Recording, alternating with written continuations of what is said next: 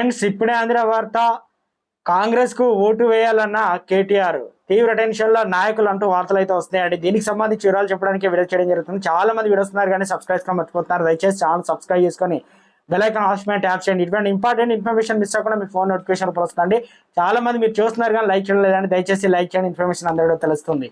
Parliament ఎన్నికల వేళ BRS working president సంచలన వ్యాఖ్యలు చేశారు. మంగళవారం తెలంగాణ భవన్లో ఆంగ్ల మీడియా ఛానల్తో మాట్లాడుతూ 24 ఏళ్ల చరిత్ర ఉన్న బీఆర్ఎస్ పార్టీ అన్నారు. తాము అలా చాలా అప్స్ అండ్ డౌన్స్ చూశామని, తెలంగాణ రాష్ట్ర ఏర్పాటు తమ ప్రాథమిక లక్ష్యమని, దాన్ని పార్టీ సాధించిందన్నారు.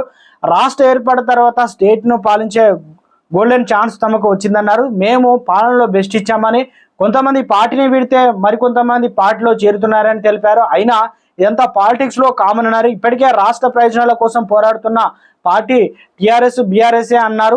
పార్లమెంట్ ఎన్నికల్లో 100 రోజుల అబద్ధానికి 10 ఏళ్ల నిజానికి మధ్య జరుగుతున్న ఎన్నికలు అన్నారు. డిసెంబర్ 9న 2 లక్షల రుణమాఫీ అన్నారు. రుణమాఫీ పథకం పొందిన వారు కాంగ్రెస్ కు ఓటు వేయాలని, కానీ వారు బీఆర్ఎస్ కు ఓటు వేయాలని రిక్వెస్ట్ చేశారు. నెలకు 2500 రూపాయలు మహిళలకు ఇస్తామని అన్నారు.